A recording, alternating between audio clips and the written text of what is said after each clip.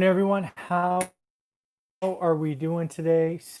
So, hey, this channel grows and I appreciate each and every new subscriber. Thumbs up, comments, questions. The interactions on this channel are amazing, so thank you. But as the channel grows, as we approach the 8,000 subscriber mark, I'm starting to see some new subscribers, in their comments kind of think I'm either conservative or Republican, Democrat or conservative, whatever you want to call it. And none of that can be further from the truth. I'm a real estate investor. I operate in a local market. I make my decisions locally. I am not red or blue, conservative or liberal. It's not how I think. I vote for the person, their agenda. Pretty much there's only one kind of politician that I really can't stand, and that happens to be the California governor, but that's a different story for things that he's done in California. But what I really want to talk about is when you're thinking about real estate investing, a lot of people are starting to ask me, should I invest in a red state or a blue state or things of that nature? And again, remember what this channel is, right? We're about one rental at a time. I always talk about the consumer being my biggest competitor. So I think when you break it down red or blue, liberal or conservative, you're missing the mark, at least for what I am concerned. If you're doing huge multifamily and things of that nature, maybe that makes sense. But when your competition is owner occupants, with what I see going on in the environment today, I think the better thing to look at is where are the high taxes, state taxes, and where are the low taxes? Because if, it's a big if right now, but if the work from home, work anywhere, if that trend proves to be sticky, right, and it really entrenches and is not just a knee-jerk reaction to what we have going on, what we are going to see is high income tax states are going to see people leave because they're making a personal financial decision. And they are very likely going to be going to states with much lower state income tax or no income tax at all. So I just ran a list. I typed in Google highest state tax, and this is what I came with. This is kind of a blended tax basis.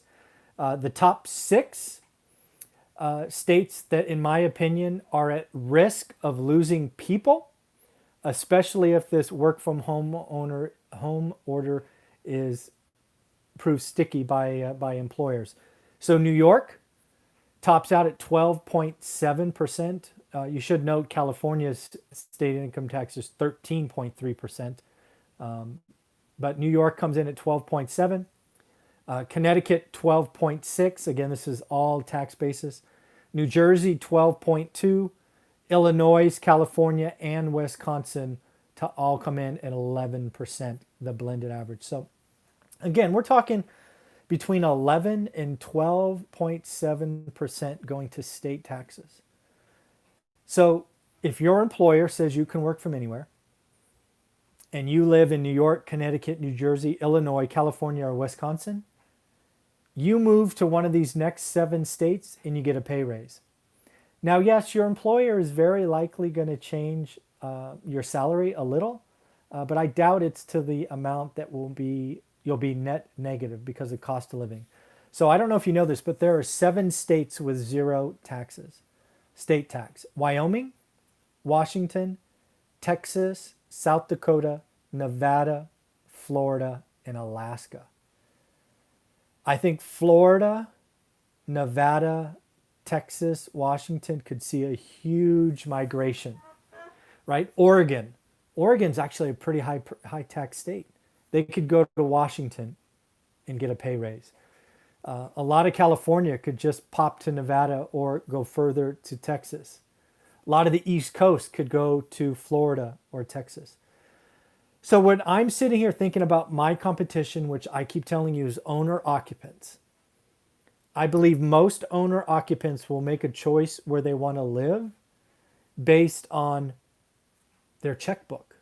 based on their income. I don't think most people decide, hey, I'm going to live in California because it's a blue state. I don't think that happens. Or I'm going to go to Texas because it's a red state. I don't really think that happens. I think they leave California because they don't like paying 13.3% tax. And now their employers in San Francisco say work from anywhere. They go, great. I'll pop over to Reno or Vegas or Austin or Dallas and I get a pay raise. And oh, by the way, I don't have to freaking live in a shoebox with homelessness on the street. I can live in a, a 2 or 3,000 square foot house with a yard. I just think we need to watch migration patterns. I believe we are about to see a great exodus, migration from California, from New York, probably from New Jersey, Illinois, Connecticut, Wisconsin. These are high income tax areas. Again, New York, 12.7, Connecticut, 12.6, New Jersey, 12.2. Sounds like a good reason to leave to me. So in my mind, I don't like the comments that say, "Hey, I don't know, you're red or you're liberal or conservative, you're red or you're blue." That's not. I don't think that way.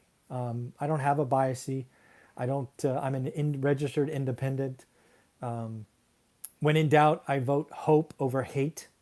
If you were, kind of figure out who I am, I believe my entire life has been about hope, working hard, and going for it, and hoping it works out. I don't think you get very far with hate, and that's not always common today. There's a whole lot of hate going on, and frankly, I think social media. I don't know if it raises the stakes on hate or makes it more visible, but man, I'm certainly turning off social media more and more. So, in the end, it's not about red or blue. It's not about liberal or conservative. It's about, hey, where can I live and have a better quality of life and put more money in my checking account? That's what I think is going on. So if you're going to make investments,